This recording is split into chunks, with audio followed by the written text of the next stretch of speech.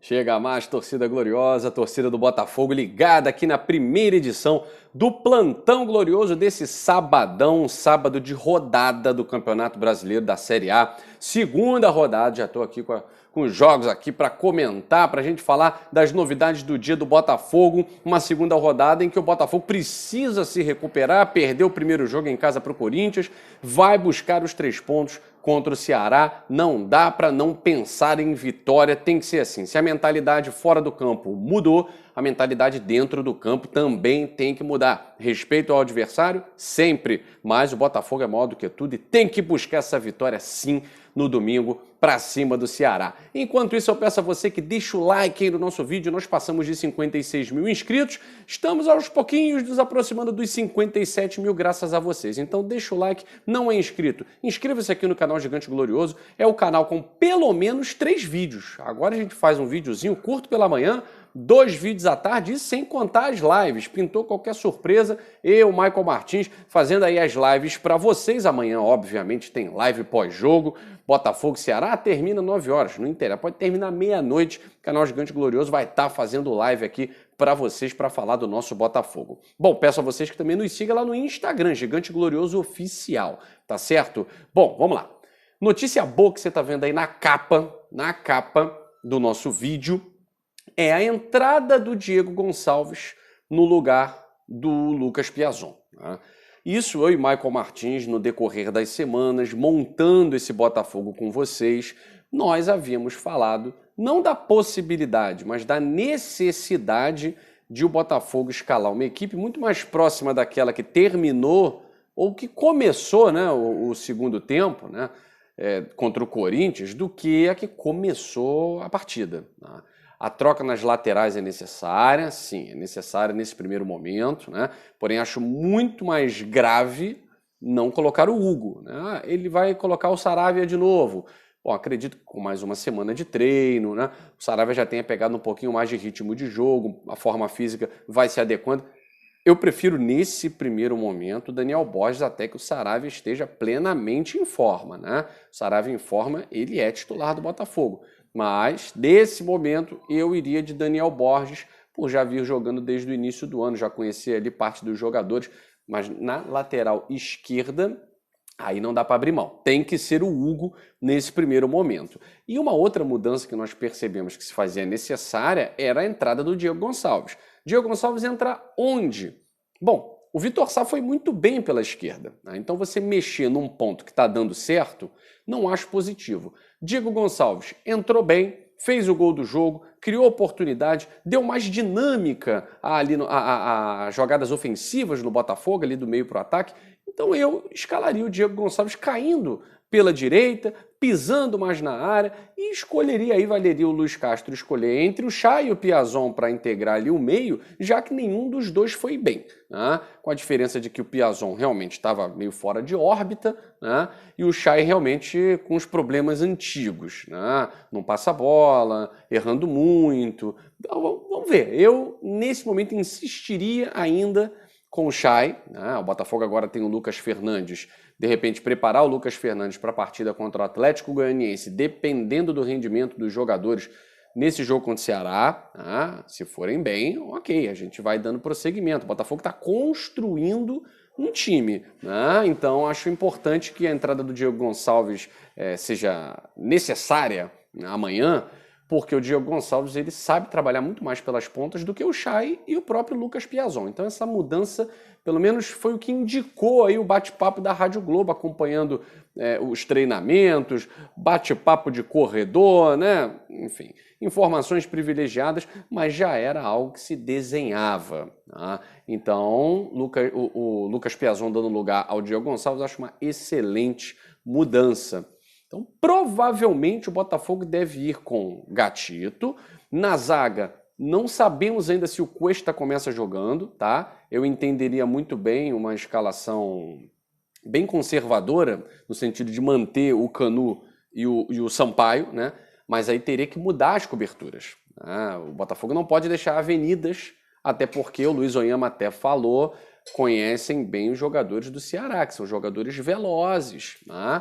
Então, mudando as coberturas, mudando o comportamento dos laterais, Sampaio e Canu, dá até para entender essa escalação. Cuesta chegou agora, tá? A minha escalação era Vitor Cuesta e Sampaio, né? Vocês lembram aqui que a gente falou na live.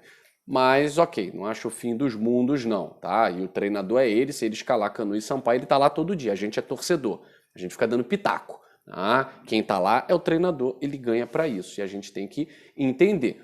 Errou, tem que assumir o erro, como assumiu na partida contra o Corinthians, né? Ok, agora não há muito tempo para ficar errando, né? Apesar de ser a segunda rodada, é importante já se recuperar. Então eu acredito que o Botafogo não ouvi rumores ainda acerca do Cuesta como titular, apesar de vir treinando.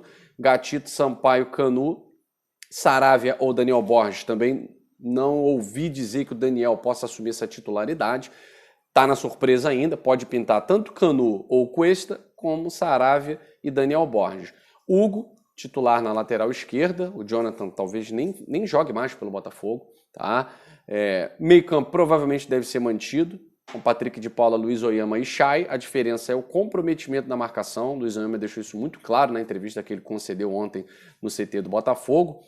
E aí a mudança, Vitor Sá, Erisson e Diego Gonçalves. Provavelmente esse é o time, tá? Não tenho a escalação, talvez só tenhamos essa escalação amanhã, tá? Então provavelmente esse seja o time do Botafogo, pelo que a gente tem escutado aí na Rádio Corredor, e a Rádio Globo falou sobre isso hoje de manhã, tá certo?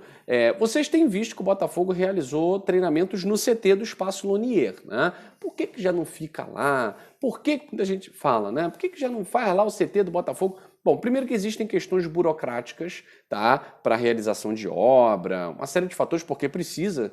Tem 3 campos lá muito bons, mas para que seja um centro de treinamento adequado aos profissionais, é importante que haja obras, né? É preciso uma estrutura interna para receber jogadores, para fazer treinos integrais, não é isso? E o Luiz Oyama diz, a intensidade dos treinos do Luiz Castro são lá em cima. Os jogadores chegam a ficar exaustos. Diz aí, quanto tempo que você não ouvia falar isso? Treino sempre foi meio período, aquela molezinha, né? Quanto tempo que você não ouvia falar que os jogadores ficavam exaustos, né? Eu me recordo muito bem na chegada do Ramon Dias, em que o Botafogo tentou implementar, mas no campo anexo do Newton Santos. Então era mais difícil, né? Uma rotina diferente de treinos, né? O Pidal, o filho do Ramon Dias, né? O Emiliano.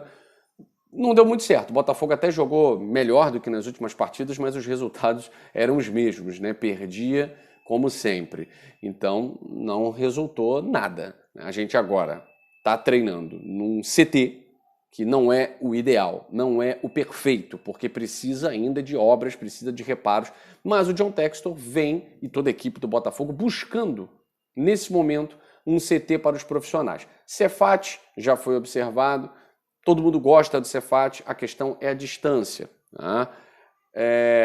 CFZ, muitas críticas, choveu, inacessível, aí o jogador não tem como sair de lá, tá? Então você acaba tendo também alguns percalços desnecessários se você está pensando em estrutura top. Como é que você vai ficar num local? Já terminou o treino. Não vou ficar até 10 horas da noite esperando escoar. Não dá, né? Aí a qualidade vai lá para baixo. Não tem jeito, né?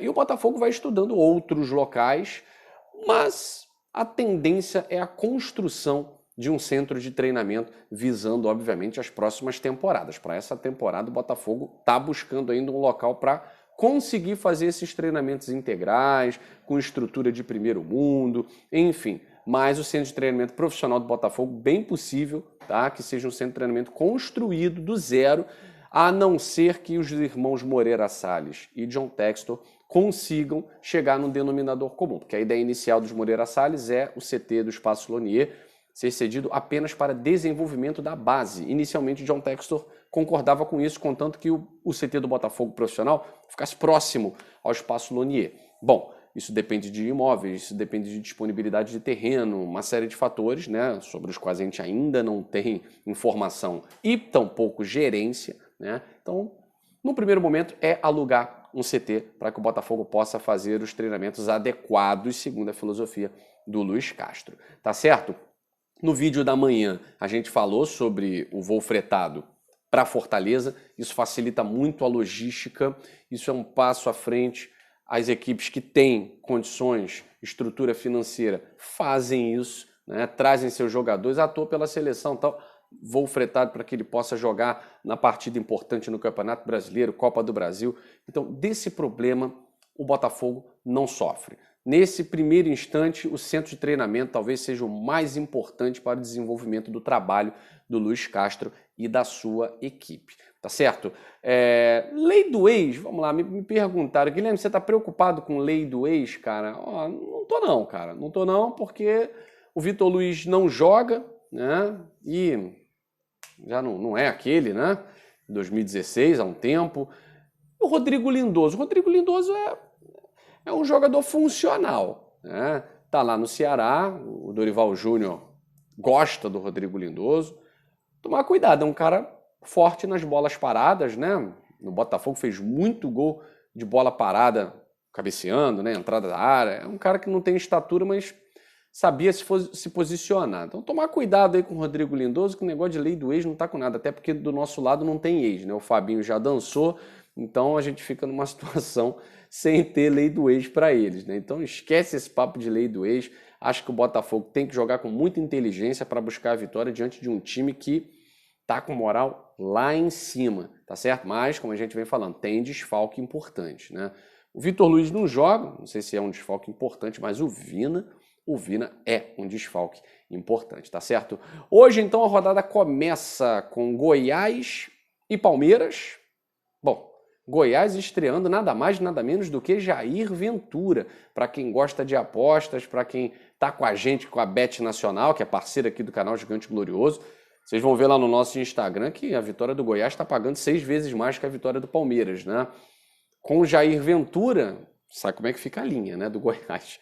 Toda para trás em busca de uma bolinha marota, né? Olha, com a mudança de treinador sempre mudam os ares, né? Mas acredito que o Palmeiras, além de ser muito favorito, consiga beliscar essa vitória. O Goiás entrou despreparado para esse Campeonato Brasileiro, né? Talvez tenha entrado aí o time mais desligado do Campeonato Brasileiro. Depois tem Corinthians e Avaí. Avaí, para mim, apesar de ter vencido a primeira partida, sem nenhuma chance. Acho que o Corinthians vai amassar aí o Avaí. Torço para que não, mas acho que vai amassar. E Cuiabá e Fluminense, que é um jogo mega equilibrado. Um empate ali também não assustaria ninguém, né? O Fluminense que vem de um empate contra o Santos vai pegar aí o Cuiabá, que vem de vitória sobre o Fortaleza. Esse campeonato tá maluco, meus amigos. Ele começou doido e vamos lá. Botafogo e Ceará. Ceará, obviamente, goza aí do favoritismo nas casas de aposta. A gente espera quebrar a banca com uma vitória do Fogão, tá certo? Eu fico por aqui. Grande abraço para vocês. Curtam bastante esse sábado. Saudações alvinegras. Fui!